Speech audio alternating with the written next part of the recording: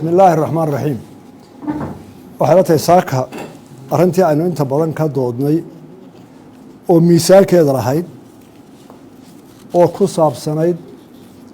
doodii ka dhacday baarlamaanka Ingiriiska markii dhan walba aynu ka rognay wasiiro badan ka doodeen siyaalo badan loo dhigay waxaynu ku soo urureynaa qodobada soo socda qaranka Soomaaliland wuxuu u mahadnaqayaa baarlamaanka dalka Ingiriiska UK isaga oo uga mahad celinaya doodii ku saabsanayd qadiyadda madax bannaanida Soomaaliya Jamhuuriyadda Somaliland ee ay guriga baarlamaankooda ku qabteen oo ku jirtay ajandaha baarlamaanka markii ugu horeysay si waafi ah oo run ah oo xaqiiqo ah xogaan ay uga warameen caalamkana ay u muujiyeen dadka UK-na ay u muujiyeen waxaan si gaar ah ugu mahadnaqaynaa xildhibaanadii sida weyn u taageeray qadiyadda Somaliland ee sida xoogaalnimada uga waramay soona jeediyey inay waajib muqadas ku tahay caalamkaba in la aqoonsado Somaliland sidoo kale waxaanu si gaar ah ugu mahadnaqaynaa xildhibaanadii golaha keenay dooda aqoonsiga Somaliland iyo xildhibaankii hogaaminayay arintaa ee soo abaabilay Honorable Gavin Williamson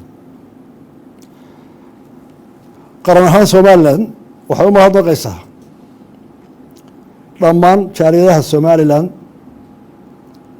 ee qurba jooga ama meel ay joogaan iyo dal kasta ay joogaanba waxaanu si gaar ah ugu mahadnaqaynaa jaaliyadda reer UK oo muujiyay dadaal dheeraada oo arintaas si dheeraada xil isaga saaray oo uga soo shaqeeyay aad iyo aad buu shacbiga Somaliland iyo xukuumadduba idinku mahadnaqaya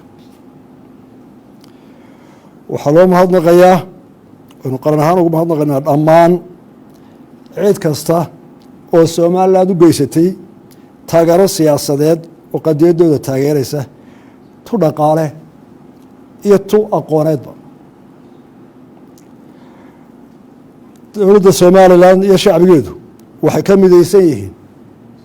inay wax walba u huraan madax bannaanida iyo aqoonsiga helidiisa qarankooda waddo kasta ay u marayaan iyo culays kasta ay ku kacayso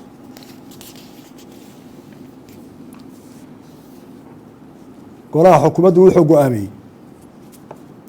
in shacbiga Somaliland dibadba ay sameeyaan arji ama codsi ay u dirayaan hay-adaha caalamka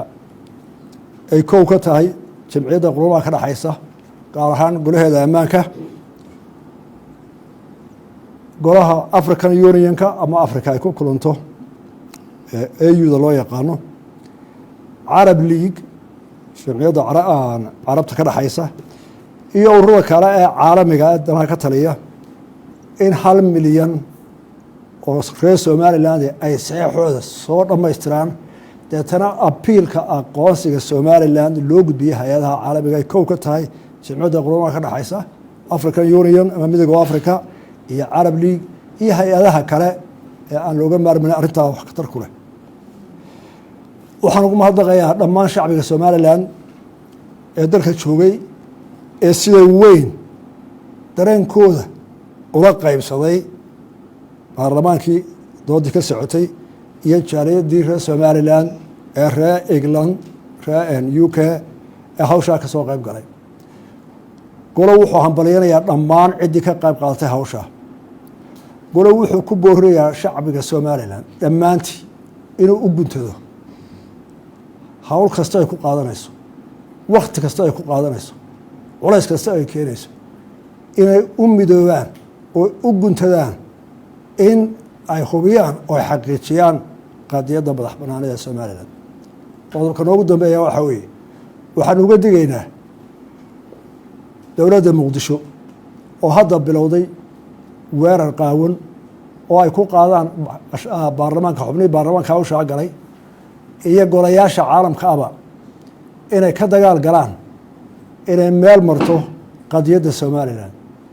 waxaan u sheegaynaa dowladda Muqdisho dadka waxaa ka talinaya waxaasi waxay sii kordhayaan waa nacayb kala fogaansho iyo colaad dheeraato oo aad ku dhex beeraysaan soomaalida gudaheeda iyo cadaawad fogaato oo ubadkeena soo socda ay u sii taagnaato inaanay caqlid ahayn somalilandna ma aha